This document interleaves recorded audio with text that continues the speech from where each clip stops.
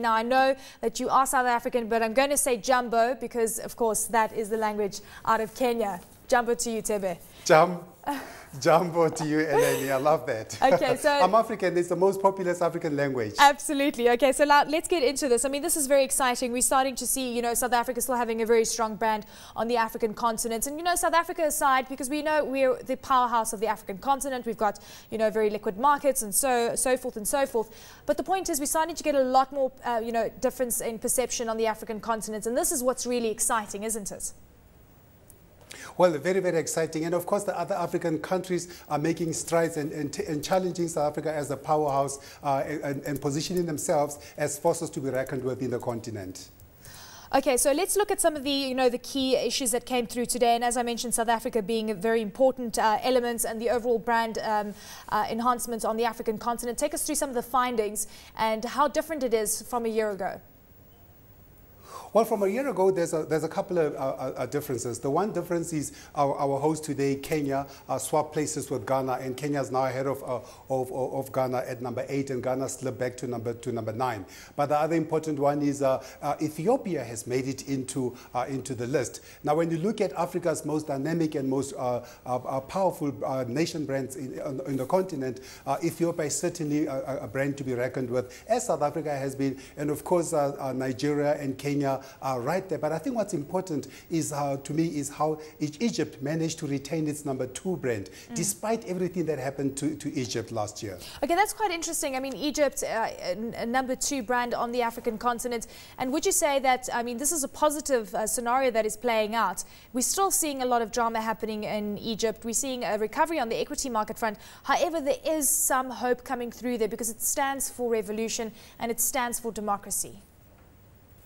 Well, and the beauty about Egypt is that it's one of the most populous, one of the biggest nations in terms of population, and has always been at the forefront of creating valuable brands on the continent. And of course, its proximity to European markets mean that Egypt is still positioned or poised to remain a powerhouse in Africa. And what we are seeing with the unemployment issues or the labor issues in Egypt, it means if all those begin to be turned around and sorted out, Egypt will possibly challenge South Africa strongly. Okay. Of course, South Africa is standing at $219 billion market value, which is roughly twice the size of Egypt. So Egypt still has a long way to go, but the strides are impressive. I mean, Egypt grew at 38% and South Africa at 40%. So the countries are still growing.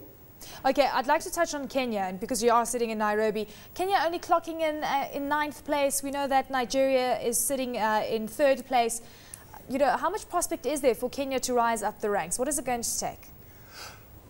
Well, I think what it's going to take, for matter of fact, when we spoke today with the permanent secretary of Kenya and many of the other stakeholders in Kenya, a couple of issues with Kenya. One of the issues is the quality of information, and another issue with Kenya is really trying to manage some of the positive to create positive perception of the positive things that are happening in Kenya. Kenya, as you know, is locked-germ with infrastructure, with development, with leading edge technology like M-Pesa, which was created out of here, which shows that this country is really Africa's powerhouse. It's 4 hours from any parts of the 4 corners of the continent. The things that Kenya, of course, will have to work on, improving that quality of the information, the access, because you must remember when we're doing this, we look at a lot of the economic data, and the institutions in Kenya are not all coordinated and working towards the same goal and investing in brand Kenya. You know, if you look at what Kenya does, Kenya invests about a tenth of what South Africa invests in building the Kenyan brand. So that on its own means that Kenya's got a long way to go in that respect, or rather they've got a great potential to do well. We've got, as I mentioned, Nigeria sitting in 3rd place. We've got Morocco, Algeria, Angola, Tunisia not too very far behind. And again, it's interesting to note that we've just seen the rise in the consumer within these economies. When you look at the growth rates, it seems that there's a very strong correlation between growth rates and also some of these countries that are coming through. Can we draw a very strong distinction here? Well, some of the countries, and matter of fact, you can even infer this globally, some of the countries with the strongest GDPs are the countries with the strongest nation brands, are also the countries which are producing the leading brands in the world. So you can draw that correlation for sure, that the way the nation's brand is growing is correlated with the economies, correlated with the development that the countries are putting behind. Investing in it, rather. Yeah. So, Thebe, I mean, when we look at what's happening on the African continent relative to a lot of the awareness of other emerging markets, how do we fare? Because we've beaten on the growth front, but can we beat on the awareness front? And do you think that, you know, a lot of the understanding and perceptions of Africa are capturing the spirit, the entrepreneurial spirit that we see on the African continent?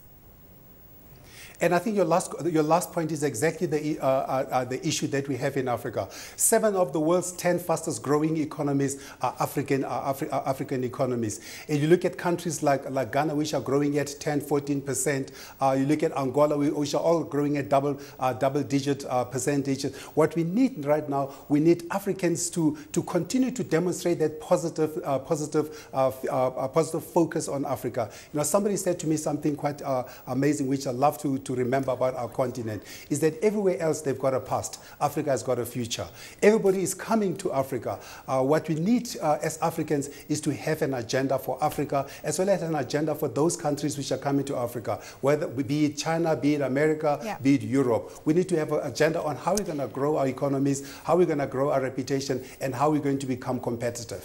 Okay, so let me ask you this. What is it going to take to get South Africa off the top spot? And I know I'm in South Africa, but I'd really like to see another African country doing quite well with regards to awareness.